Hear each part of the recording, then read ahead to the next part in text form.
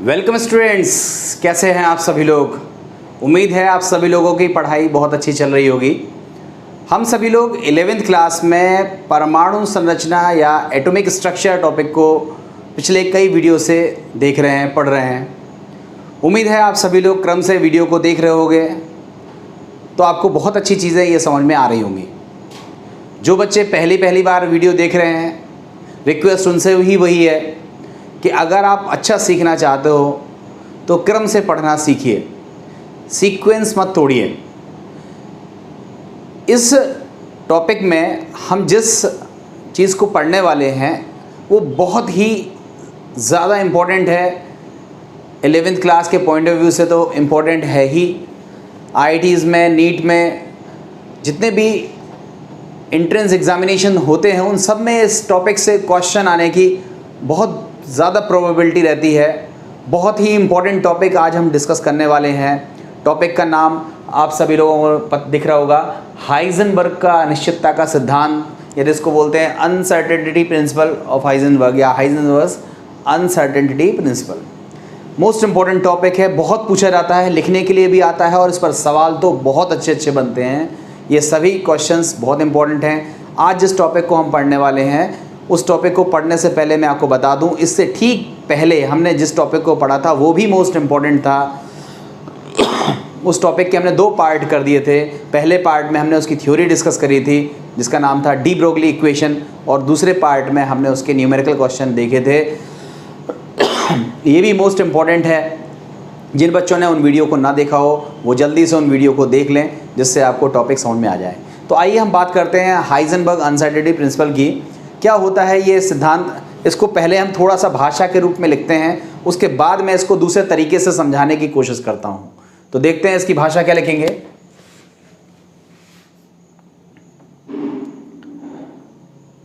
Heisenberg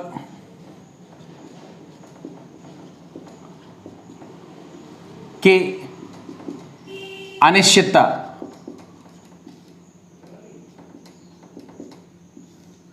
Heisenberg की अनिश्चितता के सिद्धांत के अनुसार किसी गतिशील सूक्ष्म कण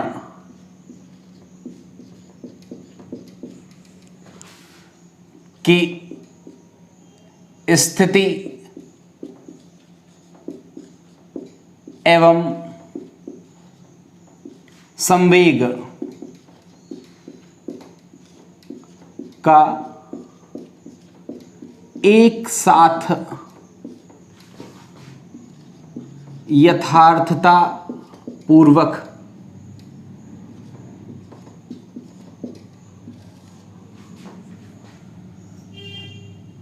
निर्धारण असंभव है।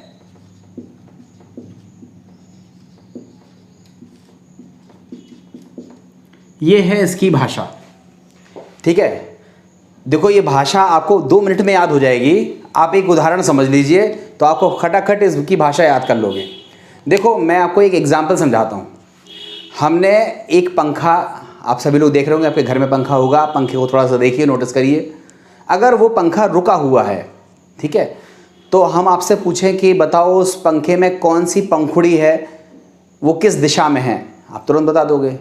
भाई एक पंखुड़ी पूरब में है, एक पंखुड़ी पश्चिम में है, एंड सो ऑन। आप पंखे, रुका हुआ पंखा अगर आप देखोगे और हम आपसे पूछे कि बताओ इसकी पंखुड़ी की स्थिति क्या है, तो आप तुरंत बता दोगे कि कौन सी पंखुड़ी कहाँ पर है।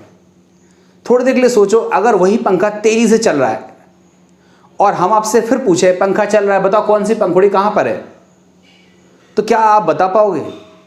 आप कहोगे हम नहीं बता पाएंगे। क्यों नहीं बता पाओगे? क्योंकि पंखा चल रहा है। हमने कहा ये पंखुड़ी पूरब दिशा में, तब तक वो पंखुड़ी घूम गई। हमने कहा ये पंखुड़ी पश्चिम दिशा में है, तब तक वो फिर घूम गई। तो इसका मतलब अगर पंखा गतिशील है तो हम उसकी स्थिति नहीं बता पा रहे हैं, और अगर हमें उसकी स्थिति बतानी है तो हम उसकी गति को रोक दे रहे हैं। मतलब दोनों चीज़ें हम एक साथ नहीं बता पाएंगे कि पंखा कितनी स्पीड से घूम रहा है और पंखे में कौन सी पंखुड़ी किस दिशा में है। क्लियर हुआ ना? तो ऐसा ही हाइजेनबर्ग ने कहा कि कोई छोटा सा कण है जो बहुत तेज गति कर रहा है। तो गति कर रहा है तो कण है, कण का मतलब द्रव्यमान है, और जब वो गति कर रहा है इसका मतलब उसमें वेग है, तो द्रव्यमान गुणा वेग मतलब संवेग है। तो कोई भी गतिशील कण अगर गति करता है तो उसमें कौन सी चीज़ पाई जाती है? संवेग पाई जाती है। तो हाइजेनबर्ग भी यही कहते हैं कि यदि कोई अति सूक्ष्म कण है, गतिशील कण है, तो हम उसकी स्थिति और उसका संवेग एक साथ नहीं निकाल पाएंगे, एक साथ एक्यूरेसी से नहीं निकाल पाएंगे। अगर हम संवेग निकालते हैं सही तरीके से तो स्थिति गलत हो जाएगी, और अगर स्थिति निकालते हैं तो संवेग गलत हो जाएगा। मतलब दोनों चीज़ें एक साथ नहीं निकाल पाते हैं। वही भाषा लिखी हुई है, देखो ध्यान से क्या लिखा है। हाइजेनबर्ग के अनिश्चितता के सिद्धांत के अनुसार किसी गतिशील सूक्ष्म कण की स्थिति मतलब पोजीशन एवं संवेग मोमेंटम का एक साथ यथार्थतापूर्वक निर्धारण असंभव है। अर्थात किसी गतिशील सूक्ष्म कण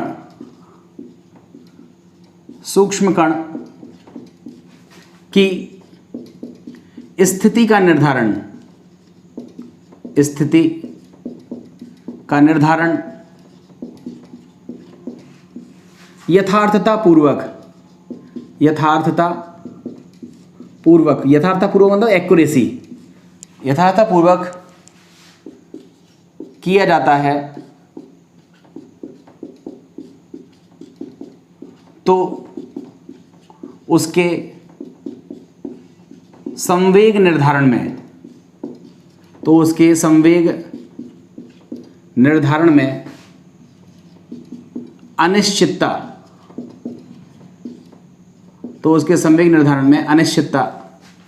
अनिश्चितता मतलब त्रुटि, ठीक है, अनिश्चितता आ जाती है।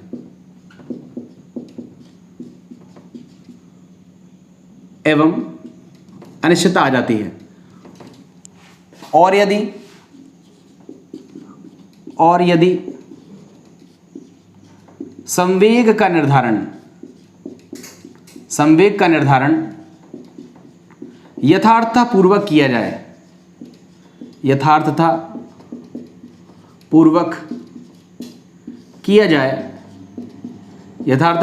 जाए तो उसकी स्थिति निर्धारण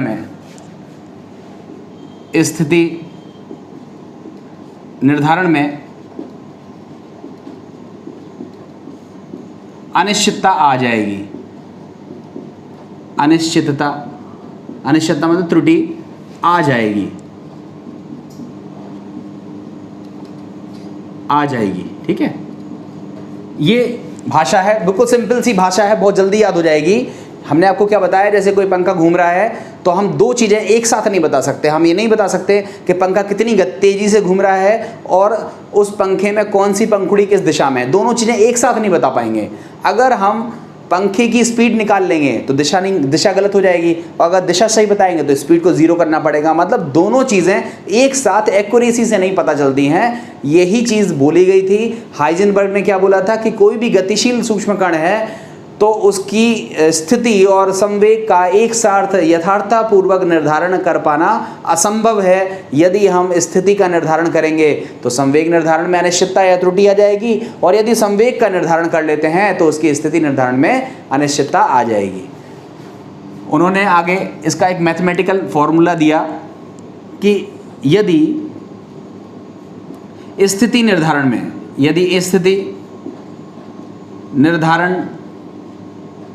में अनिश्चितता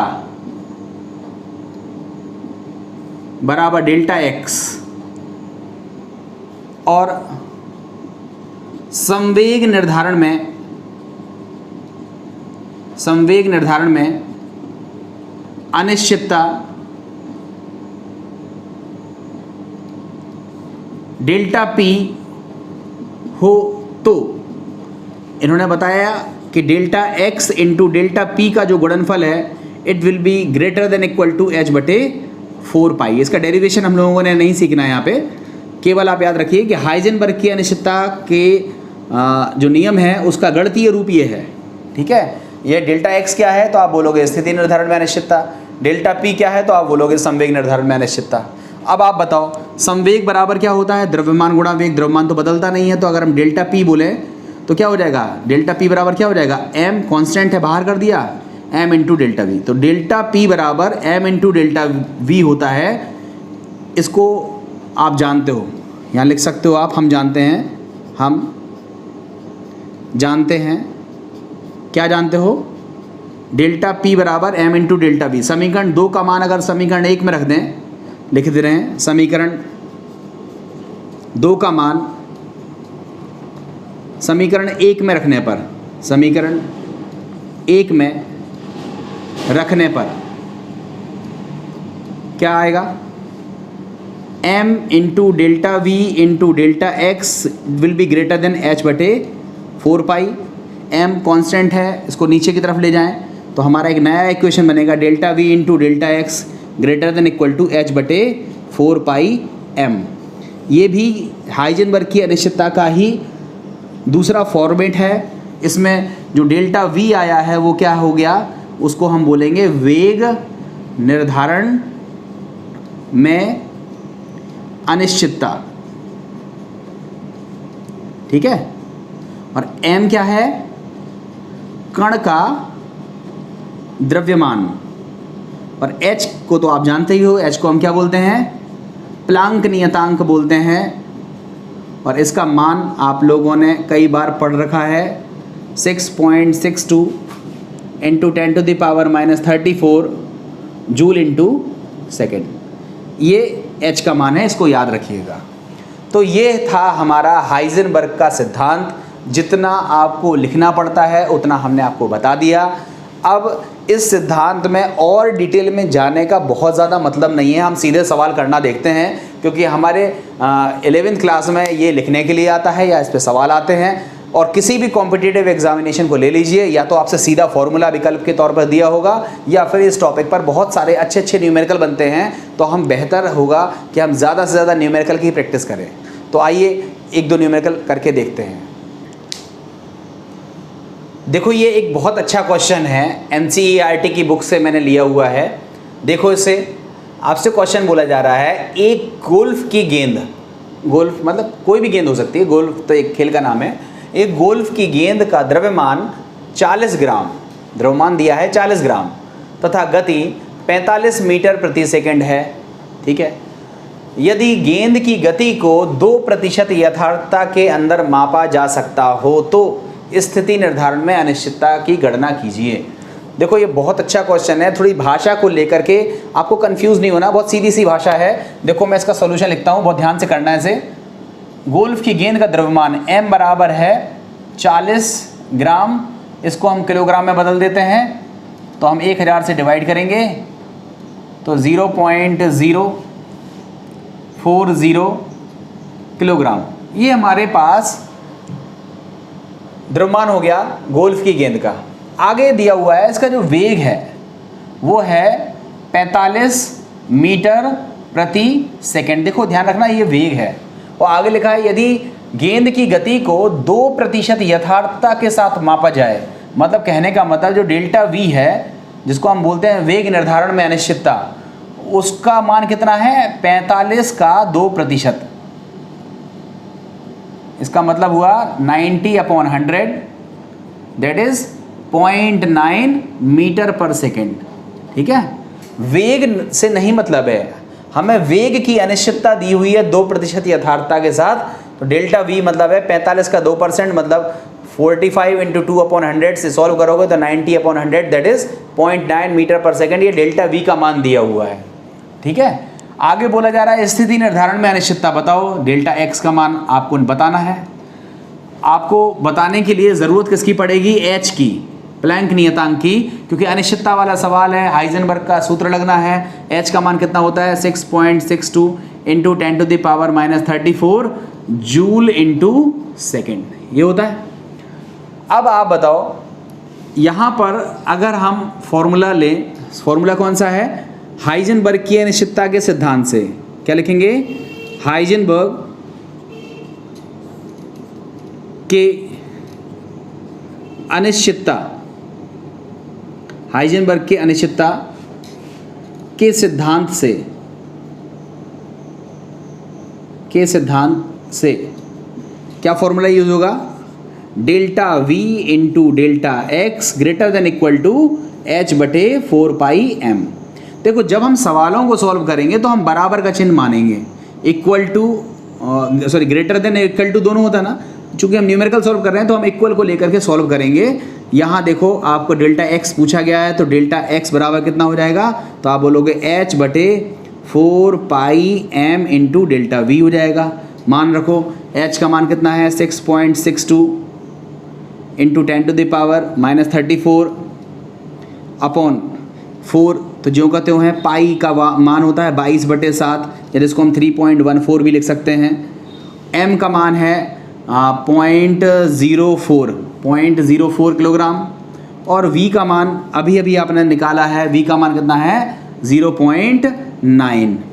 इसको आप सॉल्व करेंगे तो आपको डेल्टा x का मान प्राप्त होगा 1.464 into 10 to the power -33 metre. Solve कर लीजिएगा इसको आप अपनी कॉपी पर, और ये हमारा आंसर आ जाएगा। इस तरीके से ये क्वेश्चन हम लोगों को सॉल्व करना था। समझ में आ गया होगा? इस तरह के क्वेश्चन बहुत पूछे गए हैं, कंपटीशन में बहुत पूछे जाते हैं, वेरियस एंट्रेंस एग्जामिनेशन में कई बार ये क्वेश्चन रिपीट हुए हैं। इस तरह के क्वेश्चन आपसे पूछे जा सकते हैं, आप इसको करिएगा। एक क्वेश्चन मैं आपको घर से करने के लिए दे रहा हूँ, उसका आंसर आप कमेंट सेक्शन में लिखिएगा। यही क्वेश्चन है, केवल मैं थोड़ी सी कैलकुलेशन बदल रहा हूँ। मैंने बोला है एक गोल्फ की गेंद जो है वो 30 ग्राम की थी, 30 ग्राम की थी, तथा उसकी गति जो है वो थी 60 मीटर पर सेकेंड। यदि गेंद की गति को 3% यथार्थता के साथ मेज़र किया जाए तो स्थिति में अनिश्चितता क्या होगी, ये आप करिए। सेम क्वेश्चन है, केवल कैलकुलेशन जब तक आप करोगे नहीं अपने हाथ से तब तक वो आएगी नहीं। बेहतर होगा इसको आप करके देखें और इसका आंसर आप कमेंट सेक्शन में लिखें, जिससे आपकी एक प्रैक्टिस हो जाएगी। आइए हम देखते हैं इसके अलावा नेक्स्ट क्वेश्चन। देखो ये है हमारा सेकंड क्वेश्चन, ये भी NCERT की बुक से है। इस क्वेश्चन में देखो क्या बोला जा रहा है कि एक सूक्ष्मदर्शी जो है उपयुक्त फोटोनों का उपयोग करके, मतलब लाइट का उपयोग करके, किसी परमाणु में इलेक्ट्रॉन को 0.1 एंगस्ट्रॉम की दूरी के अंतर्गत उसकी स्थिति जानने के लिए प्रयुक्त होता है। ठीक है, ये देखो 0.01 एंगस्ट्रॉम की दूरी, डिस्टेंस मतलब जो स्थिति है उसका जो मतलब डेल्टा x जो है उसका मान कितना दिया है? 0.1 एंगस्ट्रॉम, या इसको हम लिख सकते हैं 0.1 into 10 to the power -10 metre. इसको आप और सॉल्व करेंगे तो 1.0 into 10 to the power -11 metre, ये आपको दिया है। स्थिति जानने के लिए प्रयुक्त होता है। इसके वेग निर्धारण में अंतर्निहित अनिश्चितता का मान क्या होगा? मतलब डेल्टा v का मान आपसे पूछा गया है, और सवाल में देखो h बराबर दिया है। वैसे तो याद भी होना चाहिए, 6.02 into 10 to the power -34 kilogram metre square second inverse. देखो कुछ बच्चों ने हमसे पूछा था कि सर कभी कभी आप जूल इंटू सेकेंड लिखते हैं, तो कभी किलोग्राम मीटर स्क्वायर पर सेकेंड लिखते हैं, तो कैसे हम इसको एक दूसरे में कन्वर्ट करेंगे? उसको आप ऐसे देखो हमने जैसे बोला कि जूल इंटू सेकेंड, ये एक मात्रक है, चलो ठीक है, अच्छी बात है। जूल बताओ, जूल किसका मात्रक होता है? कार्य का। ठीक है, और कार्य बराबर क्या होता है? बल गुणा विस्थापन होता है ना। कार्य मतलब बल गुणा विस्थापन, और सेकंड मतलब समय है। तो अगर हम इसी को जूल को बल गुणा विस्थापन गुणा सेकंड लिखें, इस बल का मात्रा क्या होता है? F बराबर क्या होता है? m इंटू ए, पढ़ा है ना 11th क्लास में, 10th क्लास में। F बराबर क्या होता है? ma और d, और सेकंड तो चल ही रहा है। आप देखो m का मतलब होता है किलोग्राम, ये a क्या है? त्वरण। त्वरण का मात्रा क्या होता है? मीटर सेकंड की पावर -2, ये होता है ना। ये a का मात्रा क्या होता है? किलोग्राम, मीटर सेकंड की पावर -2, मीटर प्रति सेकंड स्क्वायर, ये होता है त्वरण का मात्रक। और d फिर डिस्टेंस है, डिस्टेंस का मात्रक मीटर है, और इंटू सेकंड चल ही रहा है। तो अगर हम इसको मल्टीप्लाई करें तो मल्टीप्लाई करने के बाद हमारा आंसर क्या होगा? किलोग्राम। मीटर इंटू मीटर है तो मीटर स्क्वायर हो गया, सेकंड की पावर -2 है, सेकंड की पावर +1 है, इसको सॉल्व करेंगे तो क्या हो जाएगा, सेकंड की पावर -1, मतलब एक नया मात्रक बन के आ जाएगा। चाहो तो जूल इंटू सेकंड लिखो या फिर kilogram metre square second inverse लिखो, एक ही चीज़ होती है। ये कुछ बच्चों ने पूछा था, मैंने उसका बता दिया। अब आप सवाल में जूल इंटू सेकंड यूज़ करो या kilogram metre square into second inverse use करो, एक ही चीज़ होती है। तो देखो आपको एच का मान दिया हुआ था, डेल्टा वी का मान आपसे पूछा है, तो अब हम क्या लिखेंगे, हाइजेनबर्ग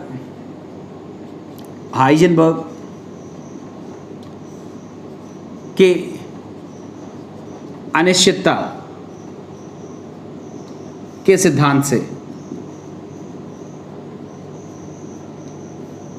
क्या यूज होगा, delta v into delta x greater than equal to h बटे 4 पाई m लिख दिया मैंने, सीधा m लिख दिया।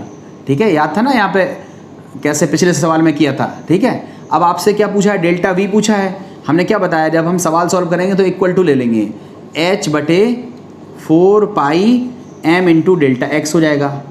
अब आप इसमें उठा के मान रख दो, h का मान कितना है 6.62 इंटू 10⁻34। आप मात्रक लिखना चाहो तो लिख सकते हो, अपॉन में 4, पाई की वैल्यू है 3.14, m कण का द्रव्यमान है और किसका, इलेक्ट्रॉन। अब बताओ इलेक्ट्रॉन का द्रव्यमान कितना होता है, यहाँ पर आपको लिखना चाहिए me का मतलब इलेक्ट्रॉन का द्रव्यमान कितना होता है 9.1 इंटू 10⁻31 किलोग्राम, ये आपको आना चाहिए। ठीक है, तो यहाँ पर हम m की वैल्यू कितना रखेंगे 9.1 इंटू 10⁻31 किलोग्राम, और डेल्टा x की वैल्यू अभी भी निकाली है, डेल्टा x की वैल्यू कितनी है 1.0 इंटू 10⁻11। ठीक है, अब देखो सॉल्व करने का तरीका बहुत ध्यान से किया करो, जो डिजिट हैं उनको एक तरफ लिखा करो और जो पावर है उनको एक तरफ लिखा करो। मतलब अगर हम इसको ऐसे लिखें, डेल्टा वी बराबर 6.62 अपॉन में क्या लिखें 4 इंटू 3.14 इंटू 9.1 इंटू 1 है तो 1 से तो कोई मतलब ही नहीं है, ये हमारा डिजिट हो गया। अब इंटू देखो 10⁻34 तो ऑलरेडी था, यहाँ देखो नीचे की तरफ -31 है और -11 है, सॉल्व करोगे तो -42 हो जाएगा, ऊपर जाएगा तो 10⁻+42 हो जाएगा। इसको आप थोड़ा सा सॉल्व करिएगा तो कितना आएगा 10⁻+8 आएगा, कितना आएगा 10⁻+8 आ जाएगा। कर लोगे ना से। अब इसको आप पूरा सॉल्व कर लीजिएगा, थोड़ा सा जो आपका डेसिमल है, दशमलव है, उसको थोड़ा सा आप सरका करके लिख लीजिएगा, तो इसका आंसर आएगा 5.79। ठीक है, सॉल्व करिए 5.79 इंटू 10⁻6 अरेंज करिएगा दशमलव से तो ये चीज़ बदल जाएगी, 5.79 इंटू 10⁻6 मीटर पर सेकेंड, ये इसका आंसर आ जाएगा। इस तरीके से ये वाला क्वेश्चन हम लोगों को सॉल्व करना था। देखो कैलकुलेशन ये आपको करनी है।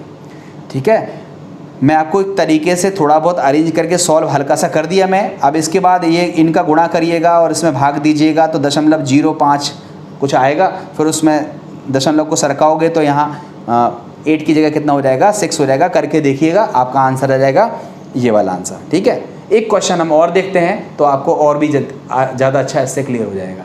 तो देखो एक क्वेश्चन और देखते हैं। देखो ये 2 क्वेश्चन हमारे पास दिख रहे हैं।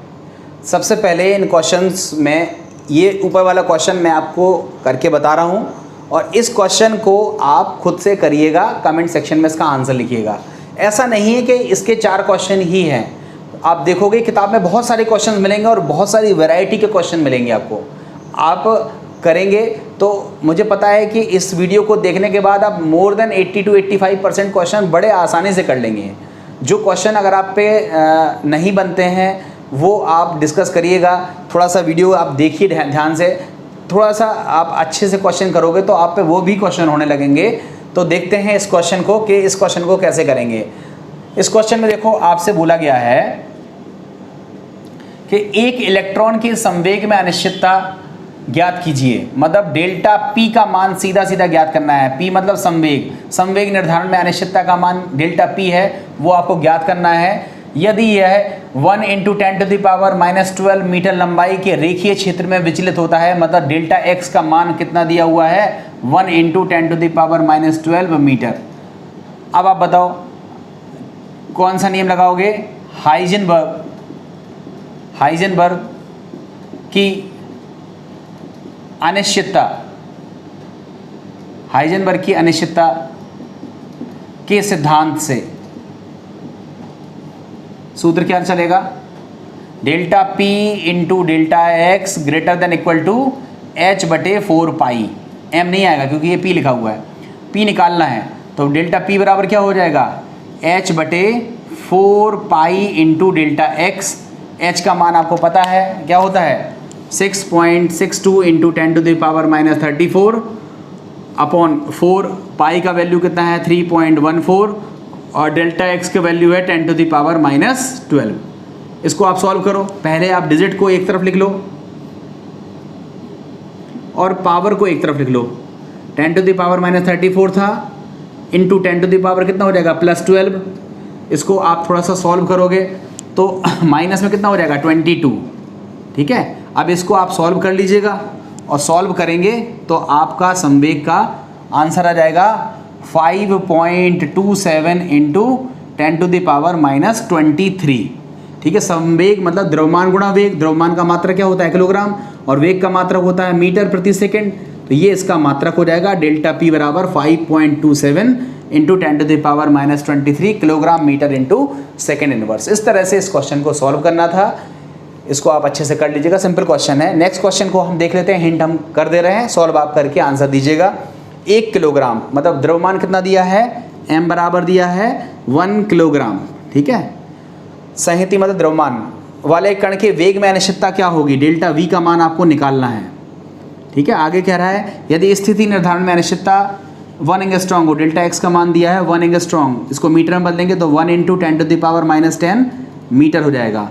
अब आप बताओ फॉर्मूला क्या लगेगा, delta V into delta x greater than equal to H बटे 4 पाई m। H का मान देखो दिया हुआ है, m का मान दिया है, डेल्टा x का मान दिया है, इसको आप सॉल्व करोगे डेल्टा x बराबर H बटे 4 पाई m इंटू डेल्टा V से, सॉरी डेल्टा V तो निकालना है ना आपको, तो अपॉन में क्या हो जाएगा डेल्टा x। इस सूत्र में आप सारे मान रख दीजिएगा और बिना कैलकुलेटर से आप इसको सॉल्व कीजिएगा और दशमलव के 2 अंक तक आप इसको सॉल्व करिएगा, आप आंसर निकालिए और जो भी आपका आंसर आए उसको कमेंट सेक्शन में लिख करके बताइए, तो आपका यहाँ पर ये टॉपिक आपका कंप्लीट हो जाता है। बहुत सारे क्वेश्चंस हैं बट वीडियो में इतना ही सफिशिएंट है आपके लिए, आप इसको करिए, फिर आप किताब से क्वेश्चन करिएगा तो आप पे बहुत सारे क्वेश्चन होने लगेंगे। उम्मीद है ये वीडियो आपको पसंद आया होगा, अपने दोस्तों तक इसको ज़्यादा से ज़्यादा भेजिए। जिन बच्चों ने अभी तक सब्सक्राइब नहीं किया है वो जल्दी से पहले सब्सक्राइब कर लें और अपने दोस्तों तक सबको भेज दें।